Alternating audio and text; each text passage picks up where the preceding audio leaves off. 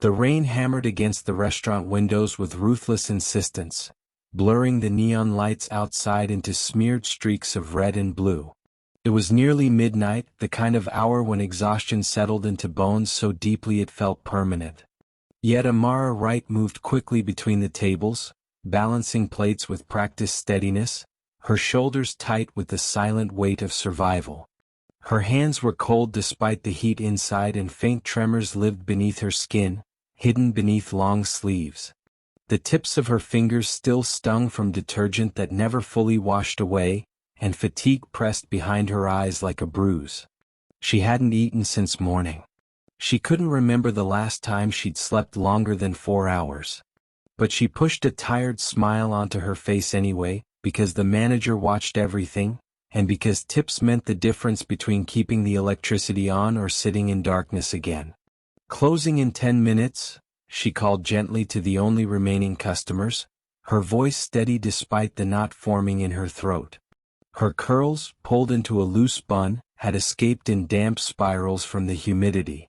The cheap fabric of her uniform clung to her skin uncomfortably, but she smoothed it with a quiet breath, reminding herself to stay composed. She needed this job. She needed every dollar. Her younger brother, Elijah, depended on her. Without her he had no one. A gust of wind rattled the glass as the restaurant door opened, bells chiming sharply through the near-empty space. Amara looked up and froze. A man stepped in from the storm, the rain dripping from his tailored black coat, shoulders broad beneath fabric cut too perfectly to be anything but expensive. His presence shifted the air instantly, like gravity tightening. His expression was unreadable, his dark hair slicked back wetly, sharp jaw shadowed with stubble. His eyes, cold, assessing and startlingly intense, swept the room with quiet authority before settling on her. Something in his gaze made her breath catch, as if she'd been pierced without being touched.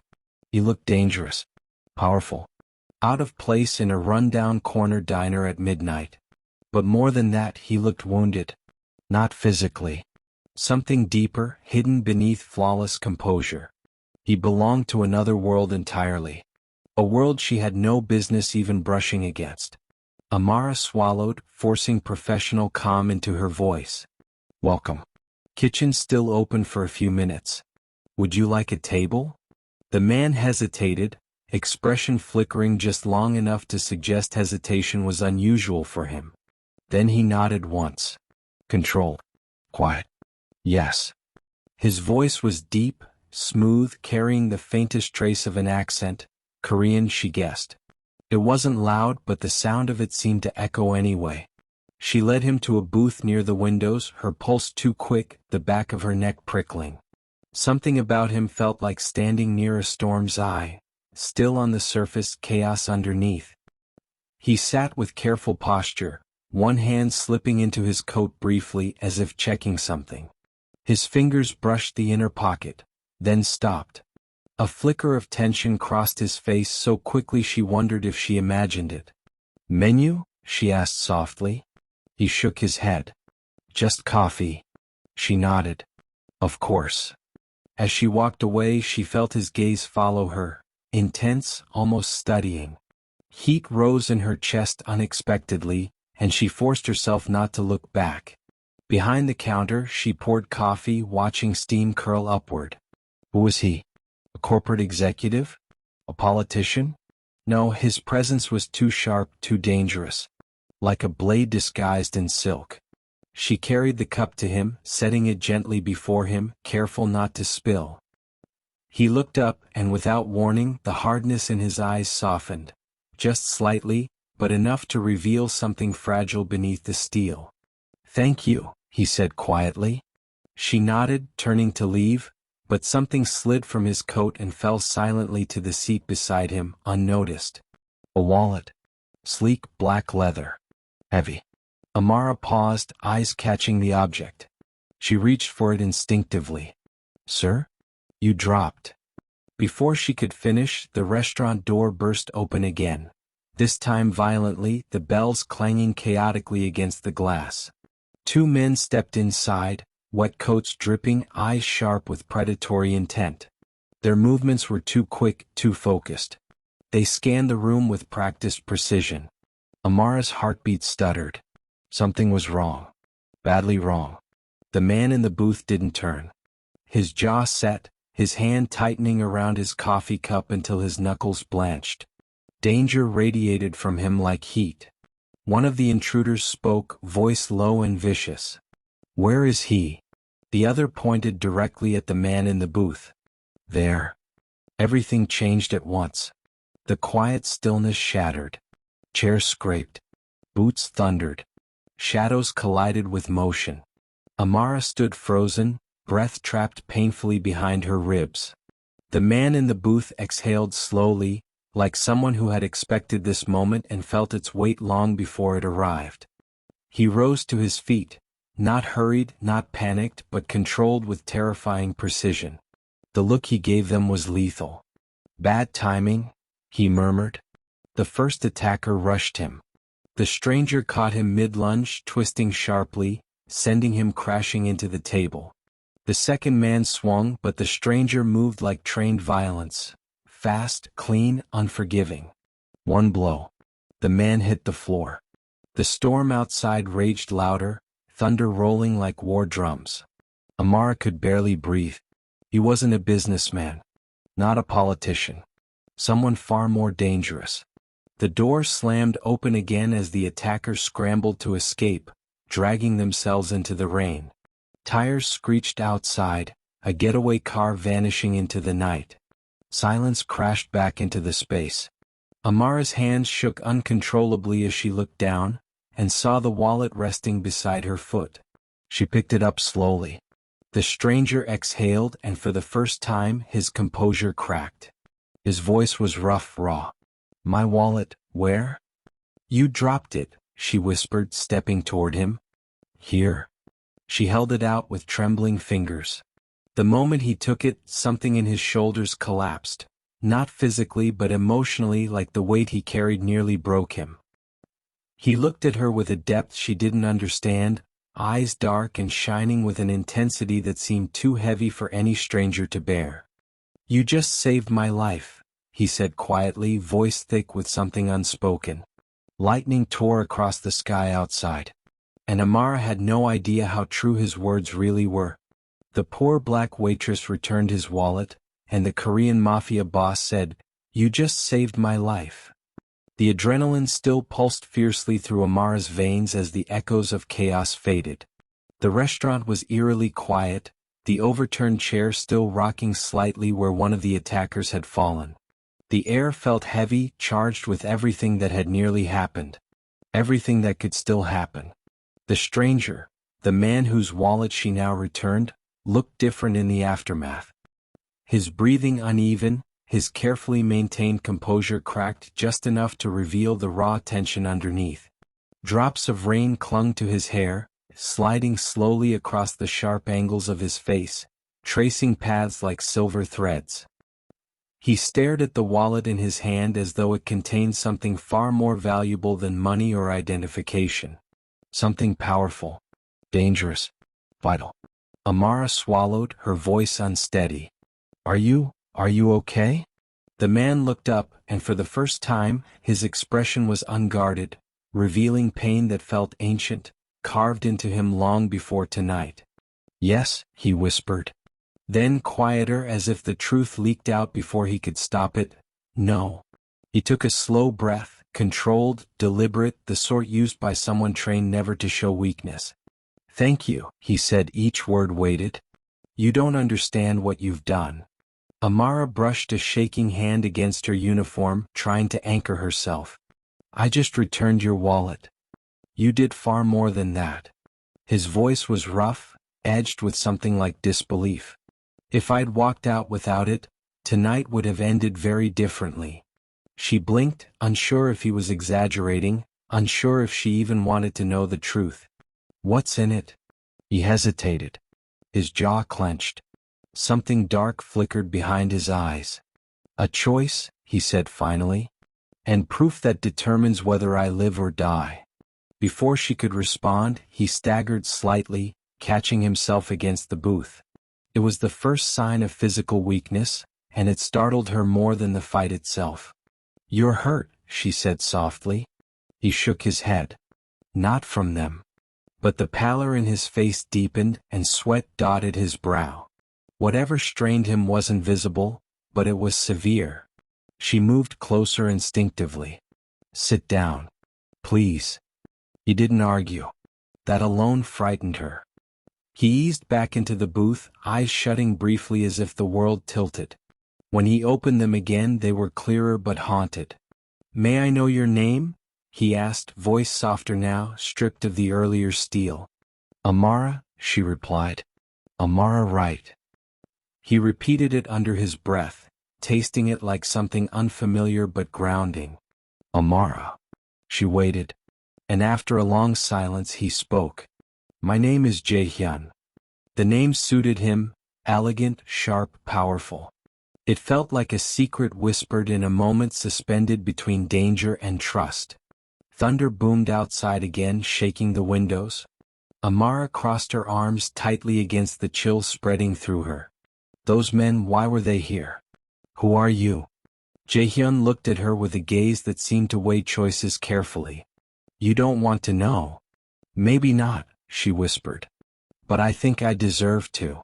His eyes held hers, searching for something: fear, judgment, naivety.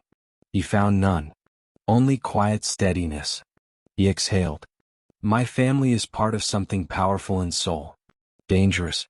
I was born into it before I was old enough to understand what it meant. The world I come from, it doesn't allow mistakes. That wallet is the last piece of proof that can stop a war inside my organization, or start one." Her heartbeat stilled. "So they were trying to take it?" "Yes. If they had, I'd already be dead." The weight of it pressed between them, heavy and real. "I didn't save your life," she whispered. "You fought them off." "No," he said softly. "You returned the one thing I cannot lose. Without even knowing what it was. You acted without hesitation, without fear." His voice thickened. "No one has done that for me in years." The confession left him exposed. Vulnerable. It stunned her. She looked at her hands, the same hands that scrubbed dishes, served meals, counted coins to keep the lights on. She had never imagined they could matter to someone like him. Someone carved from power and danger. She took a breath. "You look like you need help." He laughed, not cruelly but with something sad and disbelieving. "Help? From a stranger? From someone who should have run the moment those men walked in?" "You're not the only one who doesn't have the luxury of running," she replied. His eyes sharpened, focusing on her more deeply than anyone ever had. "What does that mean?" She hesitated. The vulnerability in his question asked for honesty, something she rarely gave. "My parents died 2 years ago. It's just me and my brother now. Elijah's only 15. She swallowed. "Everything I do is to keep us alive. I don't have space for fear. Or weakness." Silence stretched. Heavy. Respectful. Jae-hyun's voice was low, sincere. "Then we understand each other more than you think." Before she could respond, the door swung open again, but it was not another attacker. It was her manager, red-faced, coat half-sipped, fury already blazing. "Amara. What the hell happened here? Why are there broken chairs? Why was I called back by the police saying someone reported a disturbance?" Amara tensed instantly. "It wasn't her fault," Jae-hyun said, rising slowly, voice calm but commanding. "She handled everything perfectly." The manager ignored him, jabbing a finger toward her. "You're done. Fired. Get your things and go. I warned you, one more problem and you're out." Amara's stomach dropped. Heat blurred her vision. "Please," she whispered. "I need this job. Not my problem.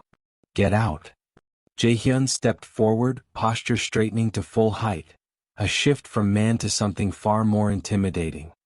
His voice dropped to a tone that vibrated with authority. "You'll reconsider?" The manager scoffed. "Who the hell do you think you are?" Jae-hyun reached into his coat, pulling out a metal business card, sleek black, engraved with a crest that looked ancient and heavy with meaning. The manager's expression faltered instantly, blood draining from his face. "You will not fire her," Jaehyun said quietly. "In fact, you will apologize." The manager swallowed hard. I didn't mean." Amara shook her head, her voice steadier now than his. "No. Don't. It's fine." She lifted her chin. "I quit." Both men stared at her. She untied her apron with trembling fingers and set it on the counter. Her heart felt like it was splitting open, terror and relief tangled into something sharp. Jaehyun stepped closer, his voice softening. "I'm sorry. This happened because of me."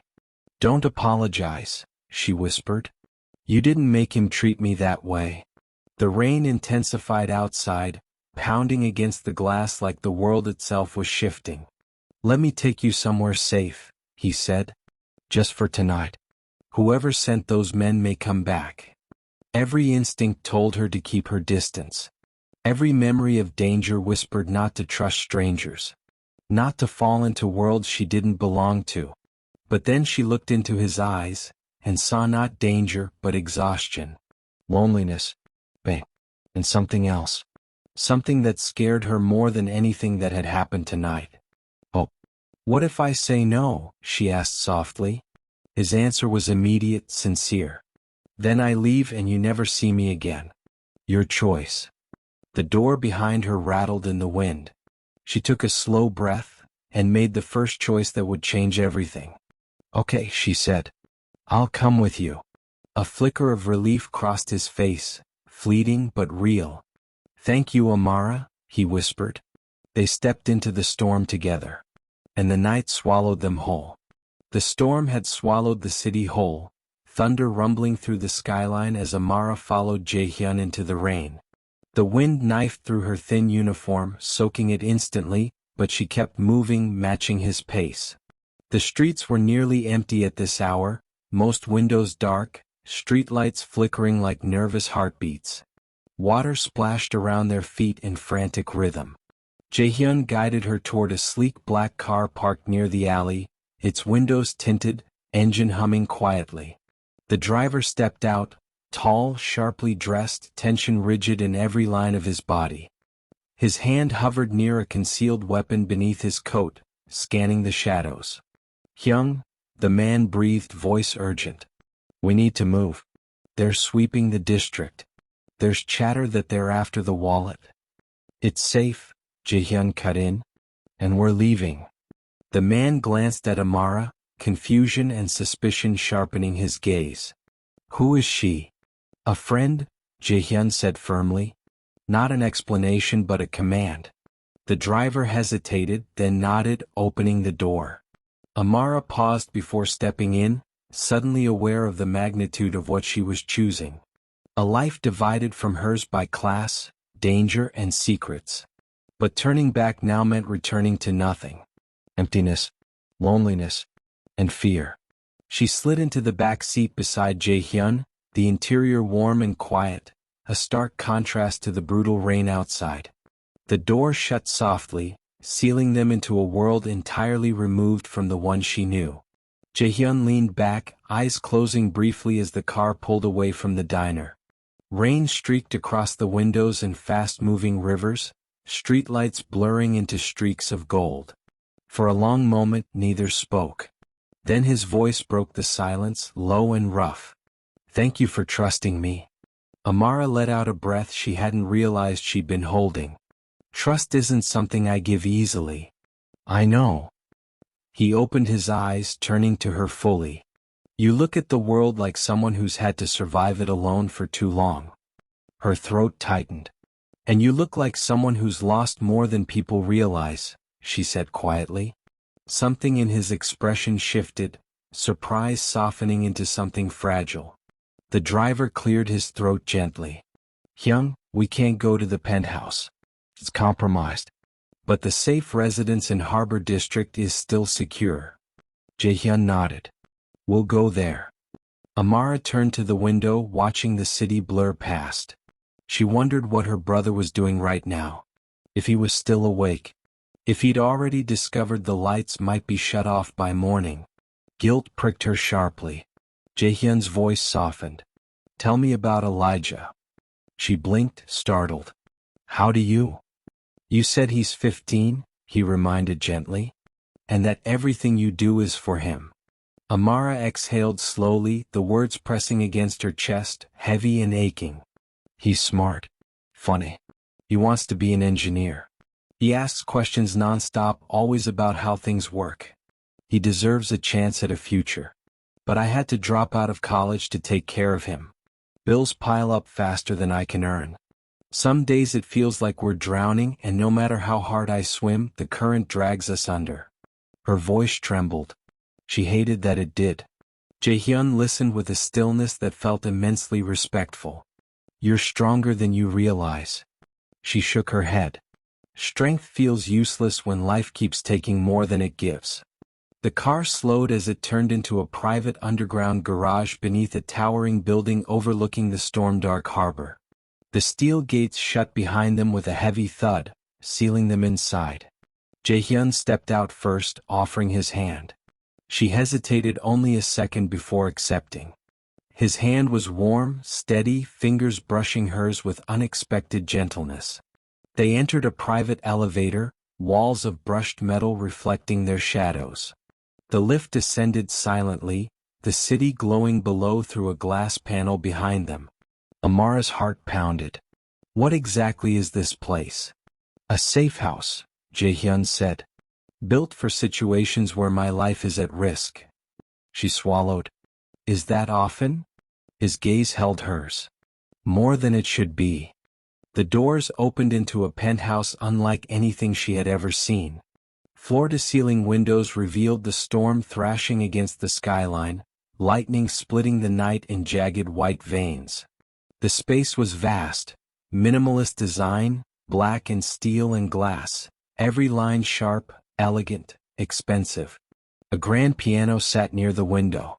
A collection of books lined an entire wall.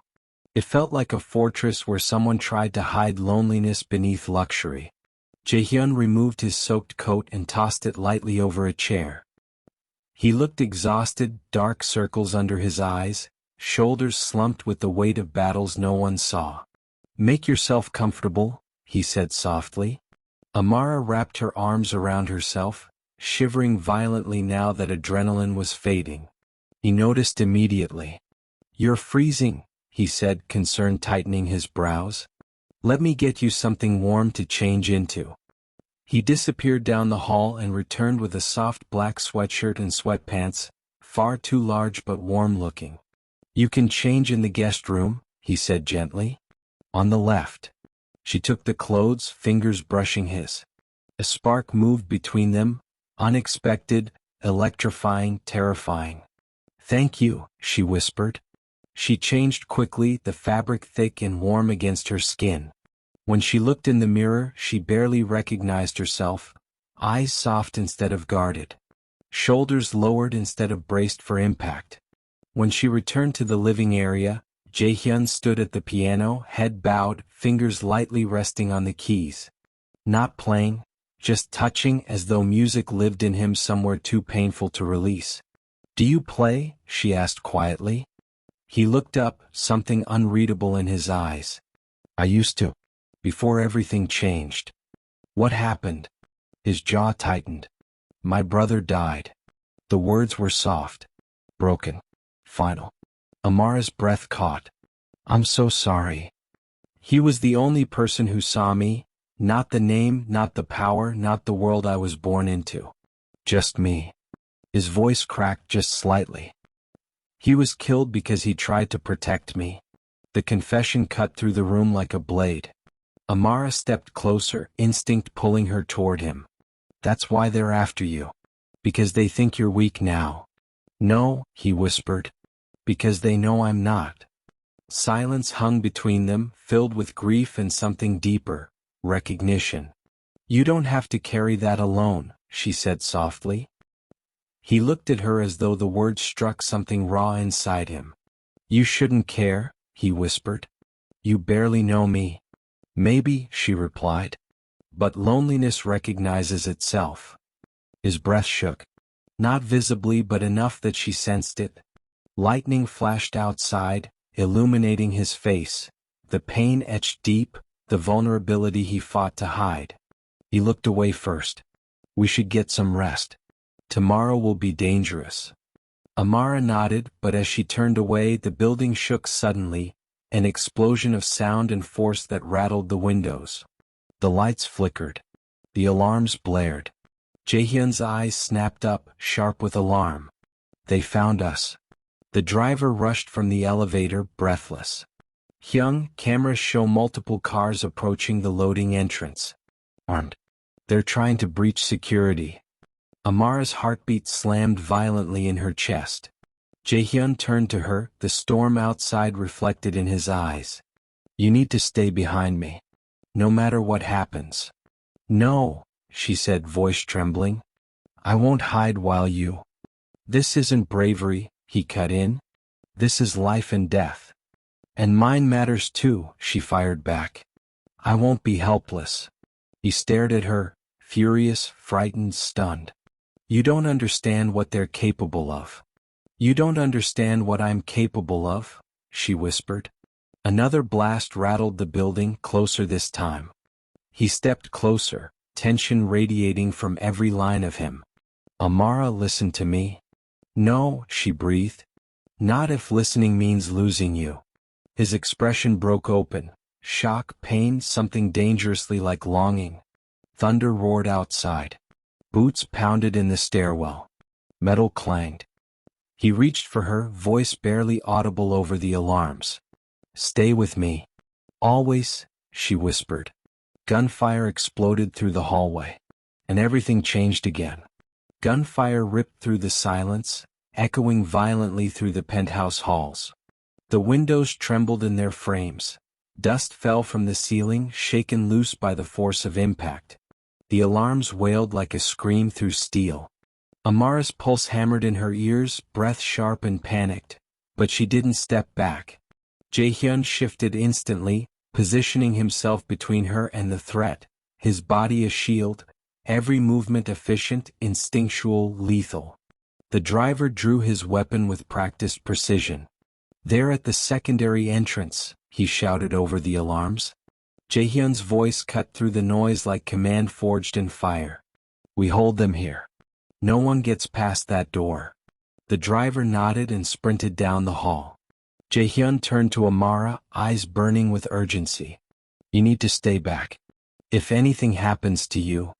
I'm not hiding in a corner while you die, she snapped, fear sharpening every word. Lightning flashed outside, illuminating the conflict carved across his face. This isn't your fight, he whispered. You made it mine the moment you asked me to trust you, she replied. For a heartbeat, neither looked away, two people standing on the edge of something irreversible.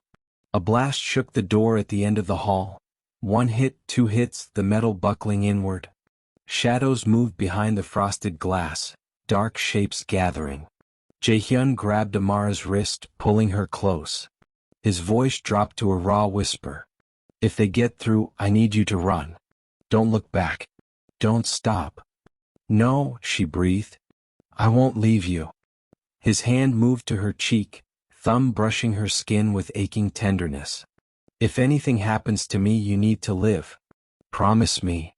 She shook her head, tears burning. No. You don't get to ask me to survive alone. Not when I just found someone who sees me. The metal door crashed inward, torn from its frame. Armed men poured through, masked and silent. The driver fired, dropping the first two instantly. The others returned fire, bullets shattering glass, ricocheting off steel. Jaehyun grabbed Amara and pulled her behind the grand piano, shielding her as bullets tore through the walls. Stay down, he yelled, rising to fire back. Amara watched him move, clean, decisive, fearless. But there were too many. They were gaining ground. The driver took a hit to the shoulder, stumbling back, blood soaking his sleeve. Jaehyun's gun clicked empty. Hyung, the driver shouted. Fall back. Jaehyun threw the empty weapon aside and moved toward the fallen attackers, grabbing one of their guns just as another man lunged at him. They collided violently, crashing against the glass barrier overlooking the city, thousands of feet above ground. The glass groaned dangerously beneath their weight. Jae-hyun. Amara screamed, scrambling forward. He fought viciously, landing a brutal strike that sent the attacker sprawling, but another man rushed him from behind, weapon raised. Before she could think, before fear could paralyze her, Amara seized a broken piece of metal from the shattered piano frame and surged forward. "Behind you!" she cried. Jae-hyun turned just as she swung. The makeshift weapon slammed into the attacker's wrist, sending his gun skidding across the floor. The man roared, grabbing her arm and twisting brutally. Pain shot white-hot through her shoulder, dropping her to her knees. "Amara!" Jae-hyun roared, his voice breaking. He moved like fury unleashed, slamming into the attacker, throwing him across the room. 3 rapid shots echoed and the man fell still. Silence thundered in the space where violence had lived only seconds before. Breathing ragged, Jae-hyun dropped to his knees beside her, hands trembling as he cupped her face. "You're hurt, God Amara, why would you?" "Because you matter," she whispered, wincing. "And I wasn't going to let them take you from me. Not like your brother."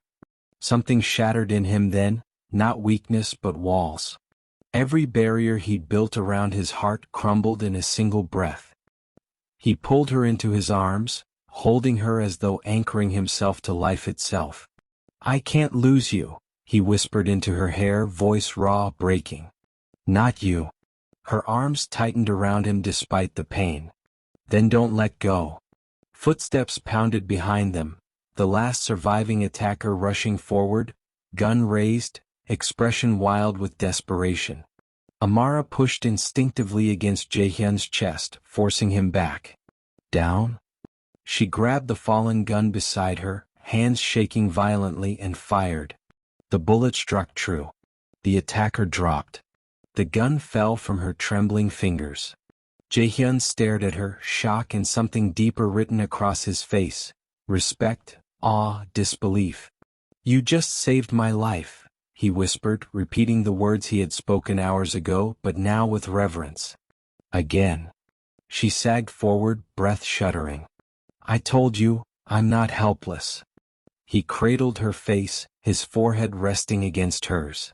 For a long, breathless moment, they stayed like that, 2 shattered souls holding each other together as alarms faded and silence returned. Then the driver, clutching his bleeding arm, stepped forward. "Hyung, it's over." Jae-hyun nodded slowly, still holding Amara as though afraid she might disappear. His voice was quiet but steady again. "Call the cleanup. And get medical here. Now." The driver disappeared down the hall.